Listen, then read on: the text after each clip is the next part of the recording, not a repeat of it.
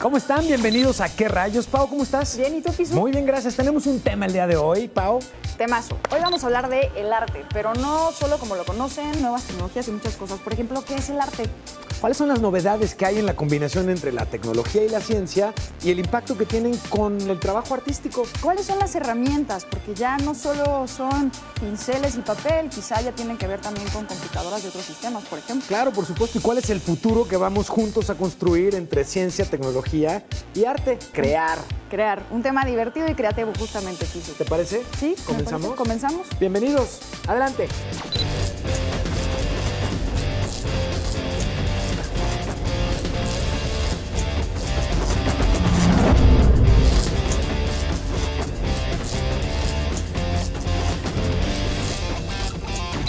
Cuatro de las pinturas más caras del mundo son de Van Gogh y 4 más de Picasso. El diccionario Oxford en inglés tiene 12 diferentes definiciones de la palabra arte. El primer lápiz de dibujo fue creado en Inglaterra en el año de 1565. Leonardo da Vinci tardó 12 años en pintar la Gioconda o Mona Lisa. ¿Cómo están? Yo soy Pau. Yo soy Pisu y esto es ¿Qué rayos? Hoy tenemos, como dijimos, un programa muy creativo, Pisu, y vamos a hablar del arte. El arte tiene años y años y años en nuestro planeta. De hecho, va relacionado completamente con la evolución de las culturas desde el principio de la historia. Por supuesto. Y ahora, pues ya no solo es el arte como lo conocíamos, que son las categorías de pintura, escultura, ilustración, fotografía y, bueno, también el cine, ¿no? Que está esa discordia de si es o no es. ¿Tú qué crees, que el cine es o no es? ¿Lo No, considerarías? yo sí, por supuesto, creo que es arte, definitivo. Una más. E incluso creo que la combinación de ciencia y tecnología hoy para hacer cine lo acerca todavía más al arte, precisamente porque hay un trabajo creativo que se ha expandido en términos de posibilidades. Puedo hacer mucho más hoy con ciencia y tecnología, no solamente además en cine, pero es interesante que lo menciones, Pau, porque no hay una muy clara definición en qué es y qué no es arte. En realidad, la mayoría de las actividades creativas que desarrolla el ser humano, aún incluso siendo trabajo, tienen mucho que ver precisamente con arte. Qué bueno que lo mencionas, Pisu, porque ese es como de los enigmas enormes, ¿no? Y siempre que llegas a clases de arte es lo primero. A ver, ¿qué es el arte? Y lo terrible y triste es que nunca nadie te va a poder decir exactamente qué es, porque como les encanta la palabra, es el arte subjetivo. Esa es la palabra.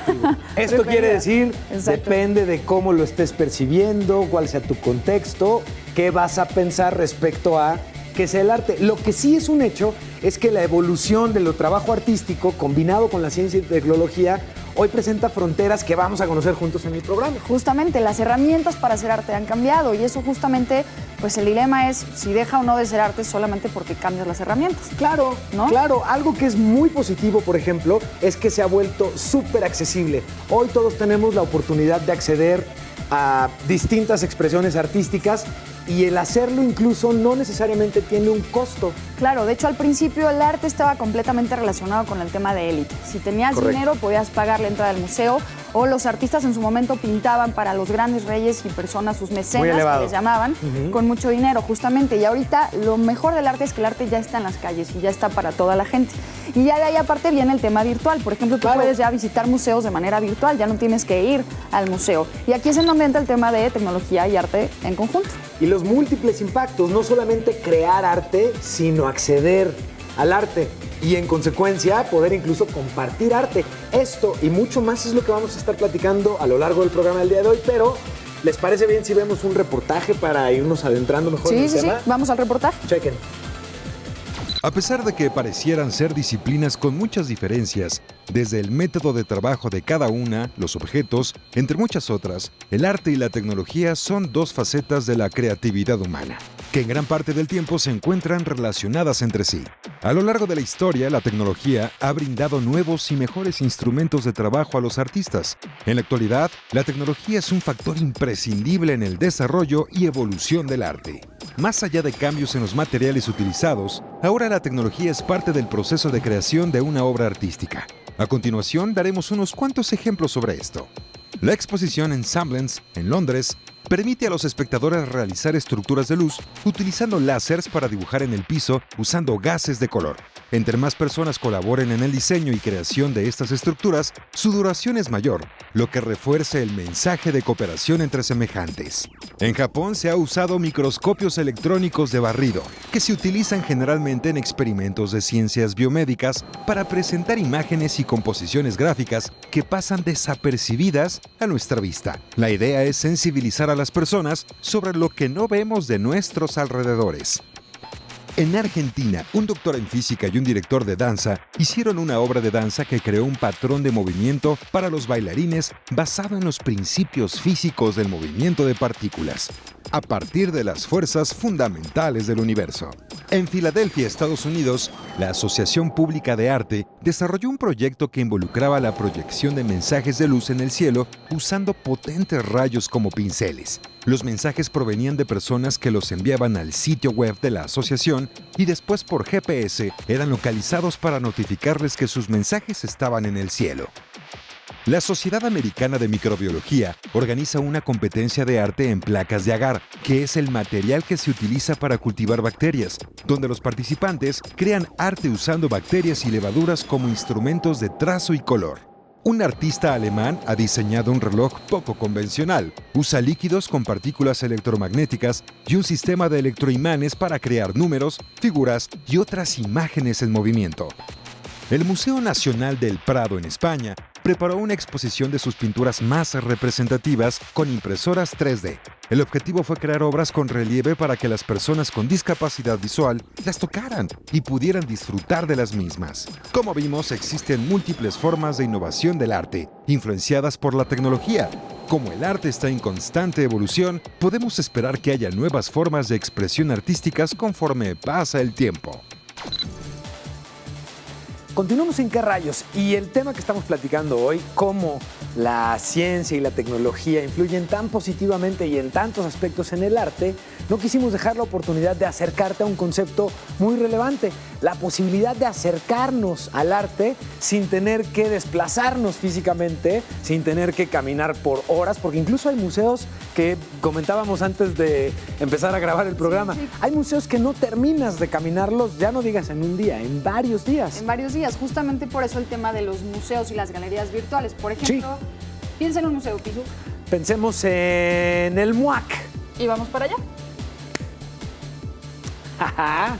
Así de rápido y así expedito. Yo, por ejemplo, se me ocurre el MoMA en Nueva York. El MoMA en Nueva York. ¿Qué te parece? ¿O por qué no vamos al Museo de Historia Natural en Washington? Wow. ¿Qué te parece? ¿Qué tal la galería donde está el David en Florencia? ¿Vamos? Uf, va. Con esta rapidez es con la que tú puedes, a través de distintos iPad, teléfono, escritorio, puedes acercarte a los museos y realizar recorridos incluso más interactivos que lo que estás viendo en estos momentos a cuadro con nosotros. Puedes pasear dentro del museo e incluso, por ejemplo, si fuéramos al Museo del Louvre, sí, por favor, en París, no lo podemos dejar. Ahí estamos. Bueno, estando virtualmente en el museo, puedes acercarte a alguna obra de arte en particular. En este caso, por supuesto, la referencia obligada sería la Mona Lisa. La Mona Lisa, claro, que la tenemos aquí en nuestra pantalla dentro de la nave de ¿Qué rayos? Sí, es chiquitita, todo el mundo siempre se lo era como la discordia, ¿no? Eso es muy cierto, todos la hemos imaginado siempre grande. Claro, cuando estás ahí, te das cuenta que el cuadro es un cuadro realmente pequeño, pero como lo estás viendo de manera digital, puedes incluso tomarlo y acercarte para ver píxel por píxel cómo es que se trabajaron esta y muchísimas obras más. Porque de hecho cuando estás ahí hay barandales que no te dejan llegar a cerquitita, claro, y tiene un vidrio también. Entonces una de las ventajas del recorrido virtual es que no tienes esos problemas y claro, realmente te puedes acercar hasta ver los píxeles de la Mona Lisa. Ahorras mucho tiempo y un detalle interesante, últimamente en los museos nos apresuran mucho en las filas para ver ciertas obras y la razón es muy particular y es casi hasta penosa. La razón es porque ahora, como nos tomamos selfies, nos tardamos mucho más Por eso está prohibido ahora cada vez más dentro de museos tomar fotografías. Curiosamente no tiene tanto que ver con el que no fotografíes una obra o no la puedas dañar con el flash, cosa que también puede suceder. No, tiene más que ver con que no te tomes selfies por horas mientras todos nos estamos muriendo de aburrición mientras tú estás en la selfie. Por eso practica antes, llegas, pum, te la tomas, salió como querías, nos vamos, así como nos vamos a una entrevista. ¿Te late? Vamos a una entrevista y te recomiendo recorridos virtuales por museos. La maravilla. ¿A dónde quieres ir ahora? A otro museo mientras vamos a ver esto. Sí. Ok. Pues salimos de la nave de Qué Rayos para estar en un lugar completamente imponente y seguro creen que estamos en Europa, pero no, estamos en México con Gabriel Berumen, director y productor de Capilla Sixtina en México. Gabriel, gracias por recibirnos en este asombroso y maravilloso lugar.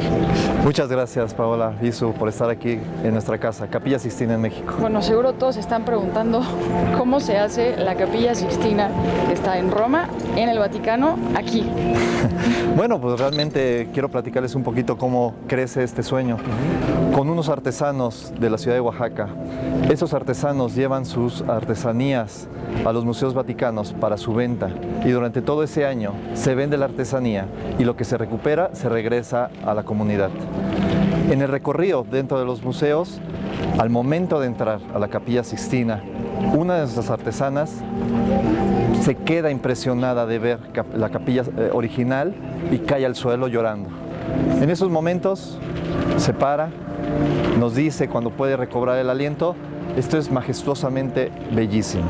¿Cómo influye la ciencia y la tecnología en un proyecto que busca replicar una obra tan majestuosa, pero además sin la posibilidad de contar con los pintores originales? Exactamente. Para poder nosotros levantar Capilla Sixtina aquí, en la explanada del Monumento a la Revolución, ocupamos un diseño que es del Politécnico. Este diseño fue creado en 1980. Ok. No es un diseño nuevo. Tomamos nosotros ese tipo de estructura porque es la parte más fácil de desmontar y armar. Es una estructura que es sólida para temblores o vientos. Entonces, entraba perfectamente dentro de nuestro proyecto. Para poder nosotros también reproducir los frescos originales y poderlos plasmar en las telas de los lienzos que tenemos, tuvimos que estar 170 noches dentro de la capilla original. ¡Qué gran sacrificio! Alguien tenía que hacerlo, estoy de acuerdo. Exactamente. Y aparte de estas 170 noches, nosotros hicimos un levantamiento fotográfico de 2.700.000 fotografías. 2.700.000 fotografías. Exactamente. Qué buen número, qué buen dato para conocer. Este archivo digital ni siquiera lo tenían los museos vaticanos. ¿Qué materiales usaron para lograr este tipo de perfección que nos comentabas, al 97% de una réplica idéntica a la original? ¿Y cuánto tiempo se tardan en montar esto? Bueno, para poder nosotros tener los materiales que ustedes están viendo, conseguimos un textilero aquí en México que nos hizo muchísimas pruebas en telas que ya están en el mercado.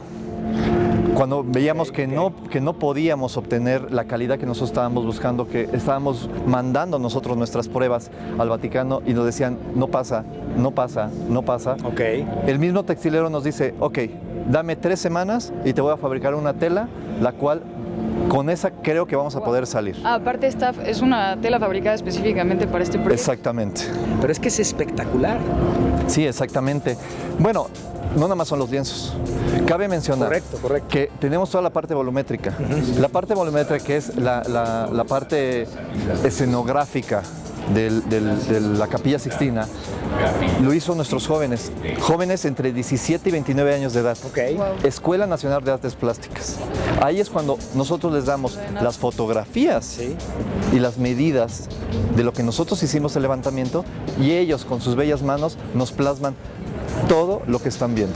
Antes de agradecerte y despedirnos de esta maravillosa exposición, te quisiéramos preguntar a quienes nos están viendo en este momento en el programa y les gustan la ciencia, la tecnología y el arte y están viendo esto y les gustaría acercarse a proyectos similares, ¿cuál sería el consejo que compartirías con ellos? Más con el orgullo que tenemos de saber que este proyecto es 100% mexicano en términos de su producción. Claro, pues digo, es materiales mexicanos, artistas mexicanos y para mexicanos. Por eso se va a hacer la gira itinerante para todo el Platícanos de la gira, por favor.